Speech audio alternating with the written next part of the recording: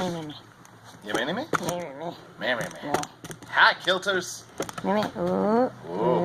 There we go. Pointed at me. See. Frame this. This is perfect. All right. Welcome to day 8. It is December 8th. It is a Thursday. It's Thursday. It's been a long week. It's been a really long week, apparently. Welcome to Fireside Dram with JT and Beth Ann, because we've been doing this on her lunch break, so she can come in. Because it's more fun when there's more people. Yes, and that way I don't have to talk for as long. So, we are doing the Drinks by the Dram Whiskey Advent Calendar from Master of Malt. You can see we've started to kind of tear things up a little bit. I'll push some of those in. Let's see here. 8. 8 is up here in the number 2 position. But the number 2 position's over. Quiet you. So many positions. Oh, another dark one. Yeah. I'll give that over to you, and you can start working on that for a second while I put this over here. Lagavulin. 16-year-old. Wow, a 16-year-old. Don't say it like that. It sounds... It sounds... There we go.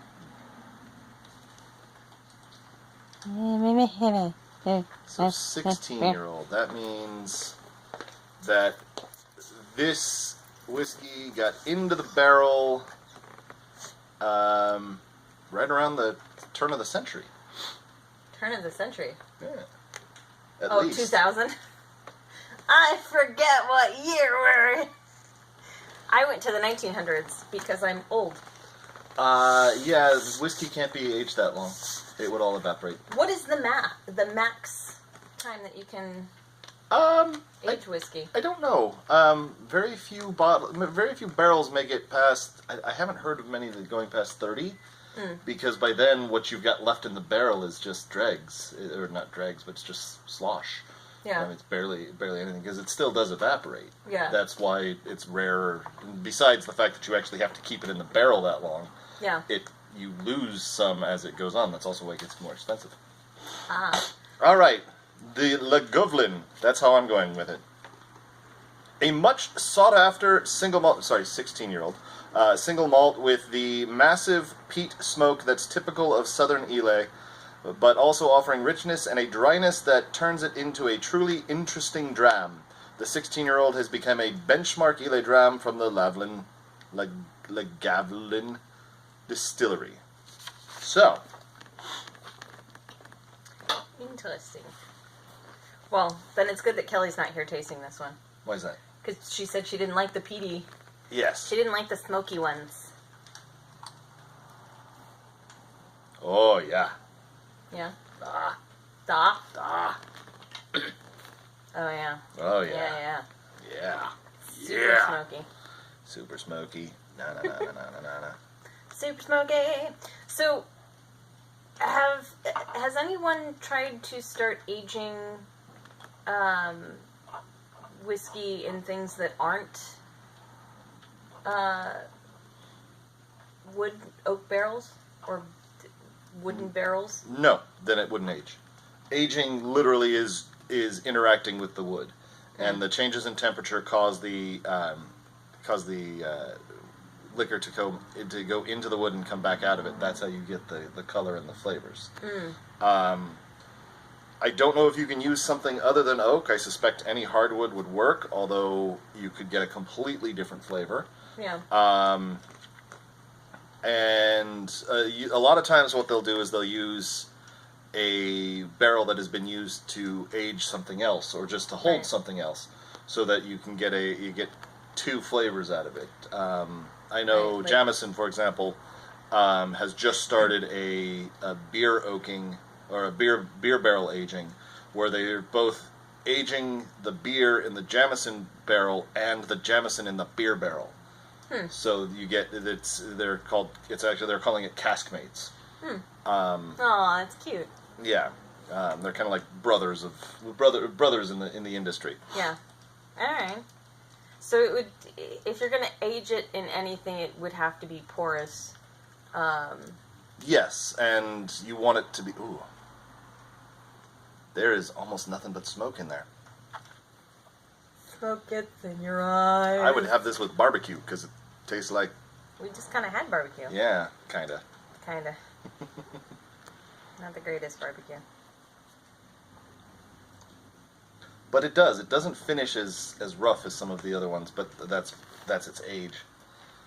Anyway, when it comes to aging, I would say you'd almost definitely have to use wood, because otherwise, if you put alcohol, which is effectively sterile, into plastic or glass or metal, which is also effectively sterile, there's nothing for it to interact with. Gotcha. And if there's no way for air to get in or out, theoretically it wouldn't change size with the seasons. Yeah. I think the most interesting aging I've heard, there's a bourbon out there that actually ages on the ocean. They put it out on a barge, basically, so that it rocks back and forth and has all of the pressure changes from the sea air. Yeah, it's an amazing one. I want to say it's Jefferson. I forget.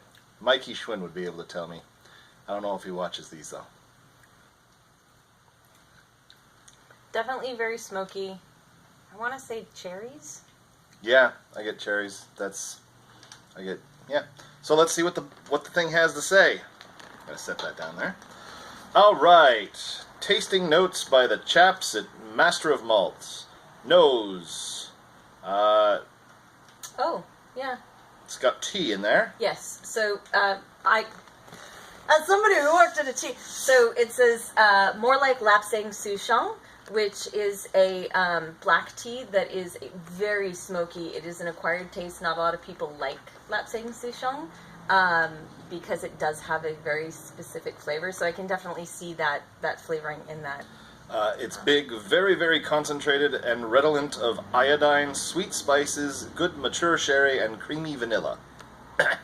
Stunning. Palate, very rich and thick. I'd agree. Massive mouthful of malt and sherry with good fruity sweetness, but also a wonderful sweetness.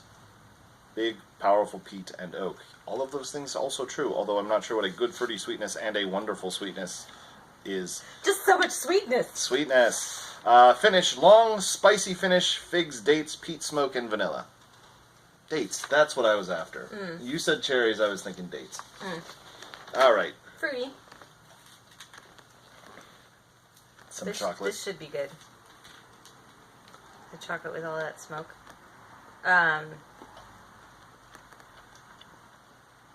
It'd be interesting. I wonder if there are any tea-infused liquors, like scotches, that would be aged with... With tea? With tea. I don't know. It's an expensive experiment. Yeah. You got to make a barrel of scotch and then throw some tea leaves in there and hope that 5 years from now it's good. Decent.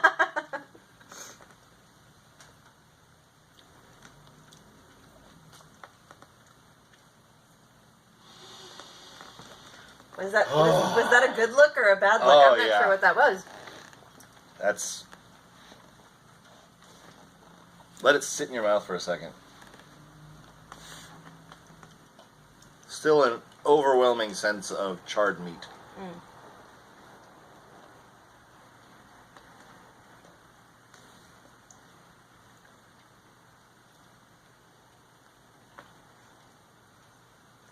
That almost like caused more of a reaction with the liquor. When we put the chocolate in there with it. Yeah. Like it was exploding in my mouth. Yes, exactly. Here, I'll leave that last bit for you. Yeah, definitely very smoky. Not bad with the chocolate. I feel like the chocolate paired better with some of the other ones. He seems to really like it. Yeah. But yeah, a little bit of sweetness, but definitely the smoke is the big flavor in there. Yeah, which is interesting for one that's as old as it is. You expect any strong flavors to mellow and become more complex, but not as punchy.